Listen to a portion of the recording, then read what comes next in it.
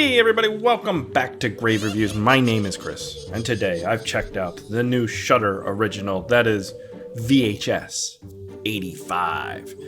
We're back to the VHSs. I like the VHS series. I think there's a lot of really great moments in a bunch of them. The last VHS movie, 99, was god-awful. It was terrible. It was awful. But the previous VHS outings, I think they all had their moments. And so I was excited to watch this. It's a great time of the year. It's a spooky season. We're back with VHS. And I gotta say, off the bat, I enjoyed this one. Is it great? No. Is there standout sequences? Maybe. Is there lows? Yes. Is there high highs? Not really. That's the other thing. I think there's some fun moments, though, and overall, I did enjoy watching it. I do have some critiques, but let's go through them quickly. We start out with a wraparound directed by David Bruckner called Total Copy, and you're shown vignettes of this sequence throughout the entire film until we get the conclusion at the end where it shows what the film is actually about. But it's just hinting at this creature that they're studying in this lab, in this room. It's watching TV, and we learn a little bit more as it goes along. David Bruckner, of course, is a well-known filmmaker. He just recently did the new Hellraiser movie, and people seem to enjoy that. I thought this segment kind of sucked. I'm not going to lie. I thought the premise was kind of fun, and it was shot all right. And where it ultimately goes is a joke. It ends on a, what am I talking about? What's the word I'm looking for? A punch deck line. Punch deck. Anyways, and so I was interested, but as it ended, I was like, that was really dumb. The real story starts with Mike Nelson's No Wake, which is about a bunch of teens going to this lake and having a good time, and then all of a sudden somebody starts shooting at them and they're murdered gruesomely.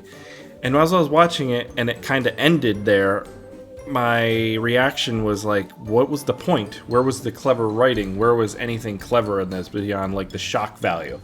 And that's where it came. That's where the cleverness came.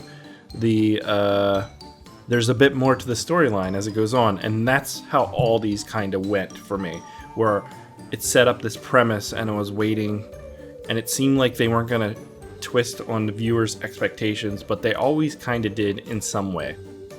Maybe some of them are a little bit predictable, but others weren't, like this one, No Wake. So I thought it was pretty good, and this short also ties into another one called Ambrosia, where we get to see kind of who was doing the shooting and their own unique storylines. So I enjoyed this one.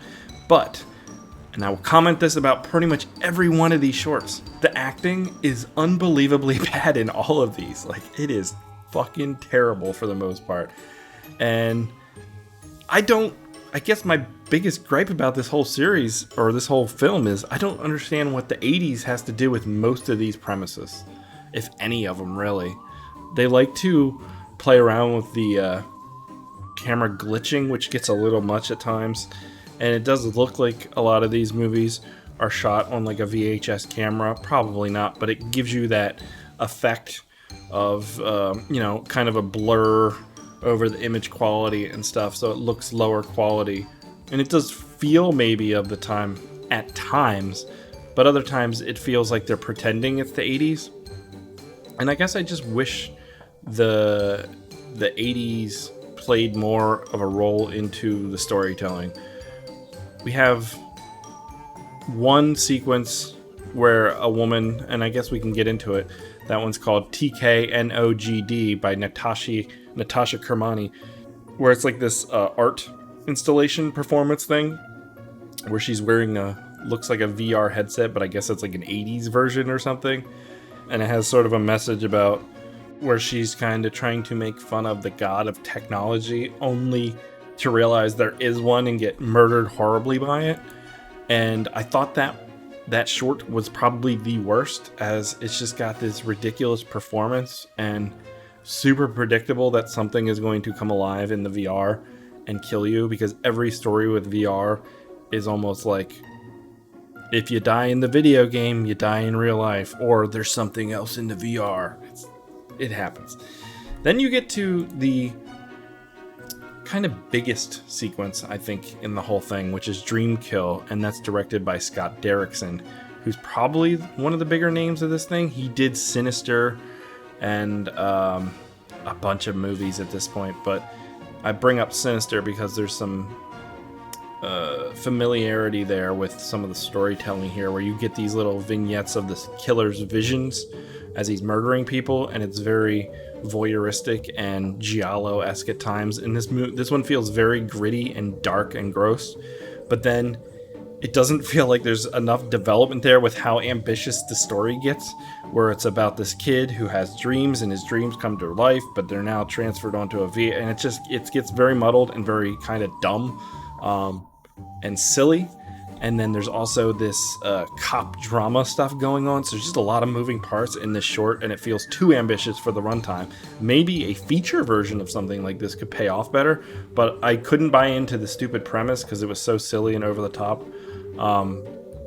Juxtaposed against the really gritty murders that are really gross, didn't quite work for me, but I did enjoy it in some ways, I guess maybe because of the visuals.